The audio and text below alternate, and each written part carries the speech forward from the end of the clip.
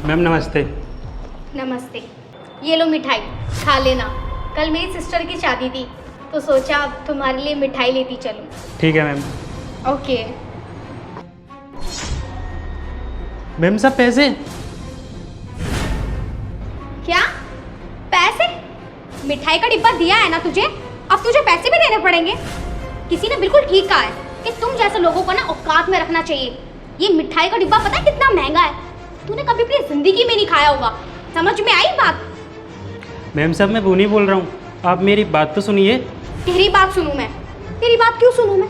तेरी ना डिमांडें बढ़ती जा रही हैं। इस स्टाफ को किसी को भी मिठाई का डिब्बा नहीं दिया मैंने, सिर्फ तुझे दिया है। लेकिन नहीं, मुझे लगता है तेरी आदत खराब हो गई है। लेकिन मैडम मैं तो ये कह रहा था। क्या कह रहा था तू? मेरी बहन की शादी थी इसलिए खुशी से तेरे लिए मिठाई का डिब्बा लेकर आई हूँ। लेकिन किसी ने सही कहा है, कुत्तों को ना घी हजम नहीं होता, और मैं तो तेरे लिए देसी घी की मिठाई का डिब्बा लेकर आई हूँ, तो तुझे कहाँ से हजम होगा? देख, मैंने ना तुझे मिठाई का डिब्बा दे दिया है, अब मैं तुझे पैसे नहीं दूंगी और अब मैं जा रही हूँ। अगर तूने मुझे आवाज लगाई या पीछे से कुछ बोला तो मैं तुझे तेरी जॉब से निकाल दूंगी। फिर ढूंढते रही इधर उधर नौकरी, कहीं नहीं मिलने वाली तुझे। तो मैडम को क्या हो गया है पता नहीं, मेरी बिल्कुल बात सुनने के लिए तैयार नहीं है। मैडम ने वॉचमैन को मिठाई का डिब्बा दिया और इसमें इतने सारे पैसे। मुझे लगता है मैडम मिठाई का डब्बा किसी और के लिए लेकर आई थी और ये गलती से वॉचमैन को दे दी। मैं एक काम करता हूँ, जाके मैडम को मैं ही बता देता हूँ, मैडम तुम्हारी मिठाई के डब्बे में मिठाई नहीं पैसे हैं। ये बेचारा तो बता नहीं पाएगा, डर गया कहीं मैडम इसे नौकरी से ना निकाल दे। नहीं नहीं, मैं मैडम के पास नहीं जाऊंगा। अगर मैं मैडम के पास जाऊंगा तो मैडम तो मुझे नौकरी से निकाल देंगे। इससे अच्छा तो यही है कि ये पैसे वाला मिठाई का डिब्बा मैं अपने पास ही रख लेता हूँ। मैडम आपका दिमाग खराब हो गया क्या? जो डब्बा आप वॉचमैन को दे के आई हो उसमें मिठाई नहीं, वो डब्बा नोटों से भरा हुआ है। अरे संजीव, तुम्हारा दिमाग खराब हो गया है क्या? हाँ, काम का प्रेशर ज्यादा मिल रहा है क्या तुम्हें? अरे मिठाई के डिब्बे में मिठाई होती है, ना कि पैसे। मैडम जी आप मेरी बातों का विश्वास क्यों नहीं कर रहे? उस मिठाई के डब्बे में मिठाई नहीं पैसे हैं, और वो बेचारा तो आपको बोल भी रहा था लेकिन आप उसकी सुनी नहीं रही थी।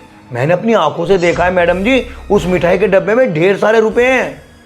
संजीव, मुझे लगता है तुम्हें कोई गलत फहमी हुई है। पूरे दिन पैसे ही गिनते रहते हो ना, तो इसी कारण तुम्हें ऐसा लग रहा है। ऐसा कुछ भी नहीं है। अब तुम जाके अपना काम करो और मुझे भी मेरा काम करने दो। मुझे कोई गलत फहमी नहीं है मैडम, मैंने अपनी आंखों से देखा है। अगर आपको मेरी बातों पे विश्वास ना हो, आप 1 मिनट रुको, मैं उस वॉचमैन को यहीं पे बुला के लाता हूँ और आप खुद देख लेना अपनी आंखों से कि उस मिठाई के डब्बे में मिठाई नहीं पैसे हैं। रुको, तुम्हें कहीं जाने की कोई जरूरत नहीं है। मुझे पता है मिठाई के डिब्बे में मिठाई नहीं पैसे हैं। क्या आपको पता है उस डब्बे में पैसे हैं? तो फिर आपने उसको कुछ बोला क्यों नहीं? संजीव, मैंने उसमें जानबूझ के पैसे रखे हैं। जानबूझ के पैसे रखे हैं? लेकिन मैडम मेरे तो कुछ समझ में नहीं आ रहा, आपने ऐसा क्यों किया? क्योंकि संजीव, उसे पैसों की बहुत ज़रूरत थी।